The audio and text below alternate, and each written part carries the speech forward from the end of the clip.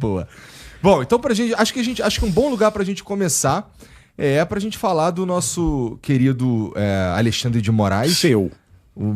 Do ministro do Supremo Tribunal. Nosso. Tu não gosta dele? Fala assim, meu querido. Tu não gosta dele? Eu não. Tem umas fotos dele, assim, que privilegiam ali a brilhantismo da cabeça dele. Eu acho que ele passa a cera ali. Tu acha? Eu acho. Entendi. É passar Gumex.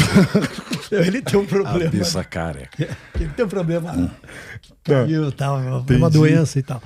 Bom, vamos conversar com o Dino. Vamos, então. O Dino botou fogo hoje em tudo, né? Vocês já receberam? Eu já recebi acho que 192 vezes aquele vídeo dele sentando no banco e caindo. Você viu? Já vi. Cara, assim, banco cede a pressão de Dino. Aí você vai ver, vai falar, nossa, o que aconteceu com ele? Ele senta num banco, num evento, o banco tomba.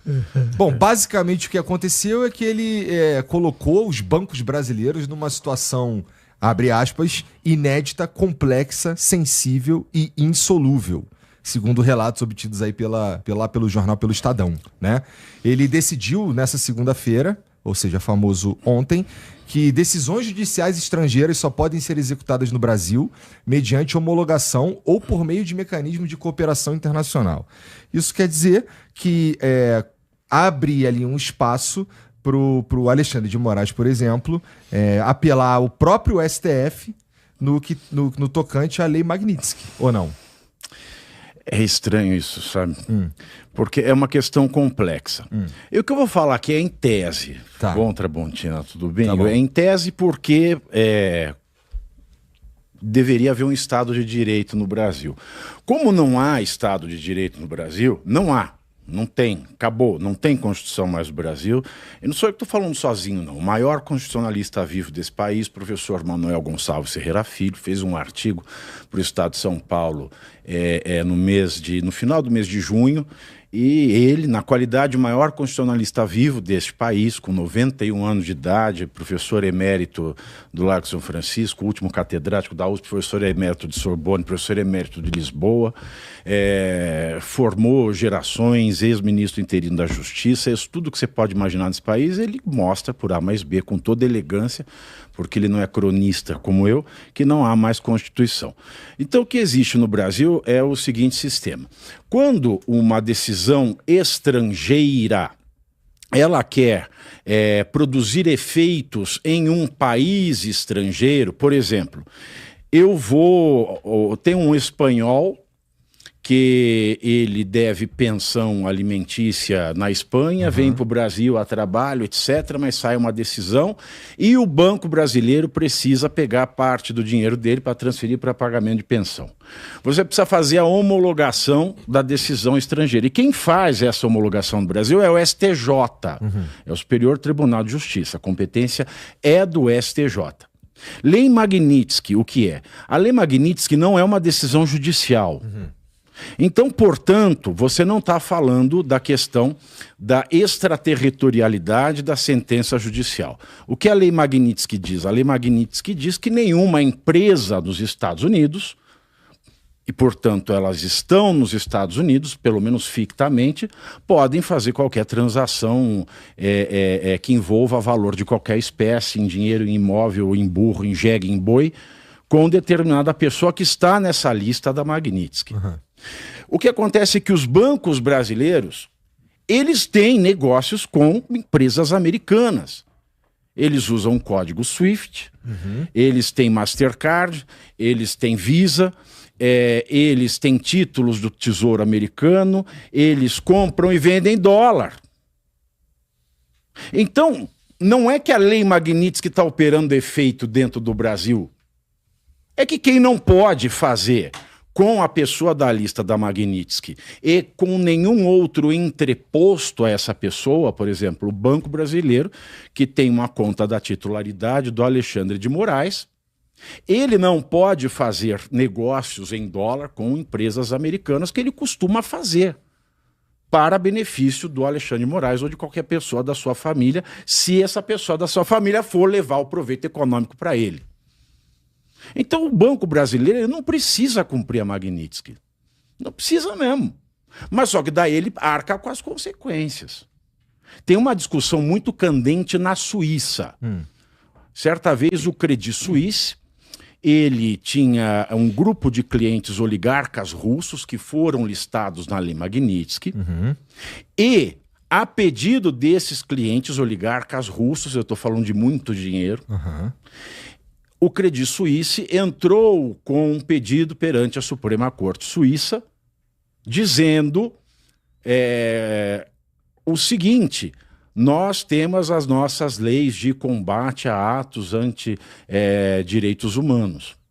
Então, que tal se a Corte Suprema da Suíça dissesse que o Banco Suíço não precisa seguir os rigores da Lei Magnitsky, porque, em compensação, a Suíça adota outras medidas visando o mesmo objetivo que a Lei Magnitsky.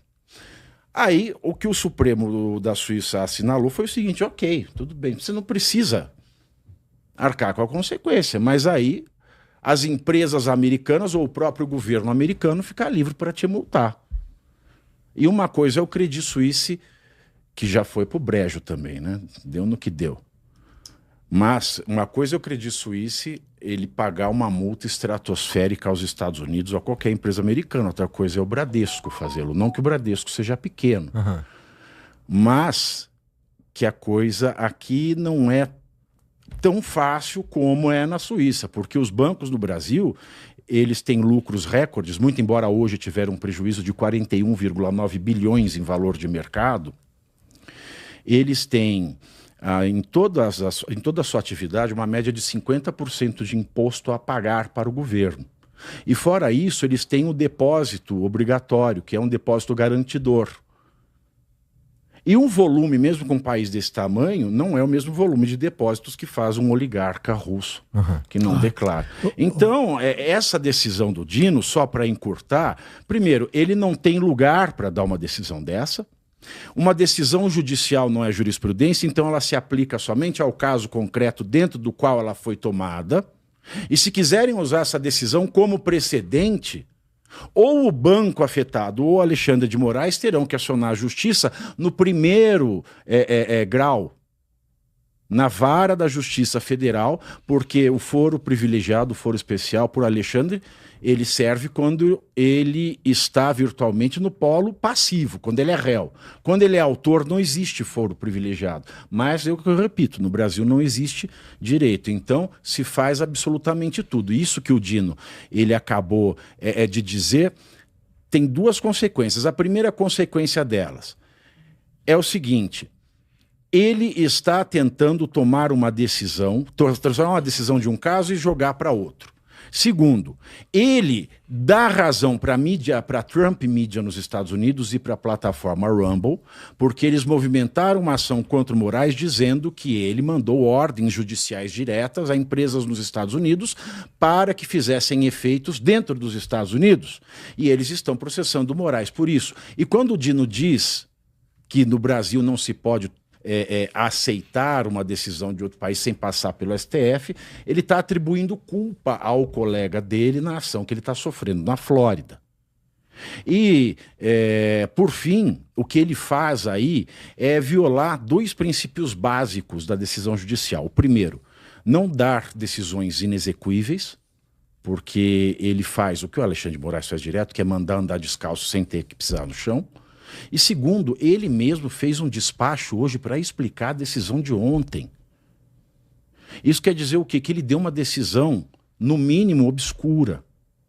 E decisões obscuras, contraditórias e omissas são nulas de pleno direito. O que mostra que nós não temos direito no Brasil. E os bancos que se danem. Os bancos estão numa situação muito delicada, porque os bancos não sabem o que fazer, né? Os principais banqueiros tiveram uma reunião essa semana com ministros do Supremo, vai ter uma conversa ali para ver como é que encaminhar esse assunto, e os bancos ficaram muito reticentes, não assumiram postura nenhuma. Aliás, o que se sabe é que ministros esperavam que os bancos tivessem uma posição assim, firme, contra a aplicação da lei, o que seria, de certa forma, uma ingenuidade. Mas os bancos ficam, nesse momento, assim, né?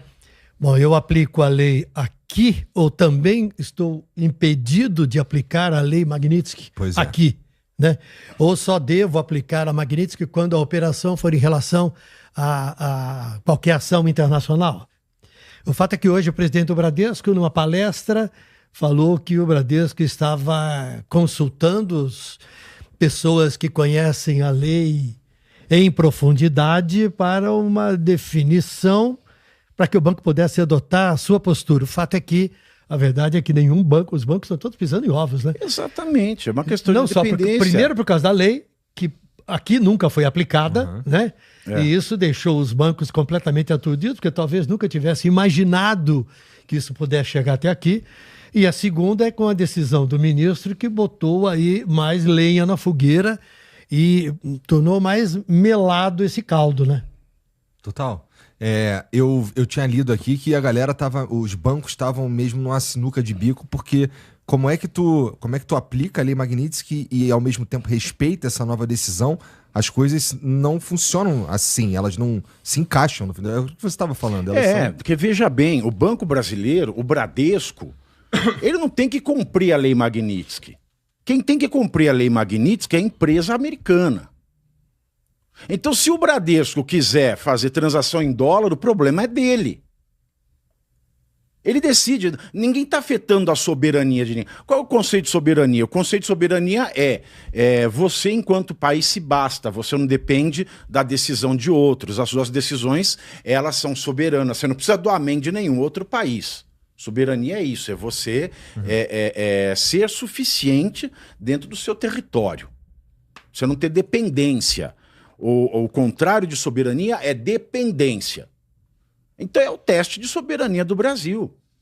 Ok, não vamos aplicar Magnitsky, os Estados Unidos que se danem. A gente vai passar a usar elo agora. Vamos fazer uma bandeira de cartão de crédito. Vamos parar de negociar dólar. O Brasil tem que mostrar a soberania. Agora, o Brasil quer defender a soberania, dizendo, não, a gente quer continuar a depender de toda a tecnologia e sistema americano. Aí é uma defesa meio torta, né?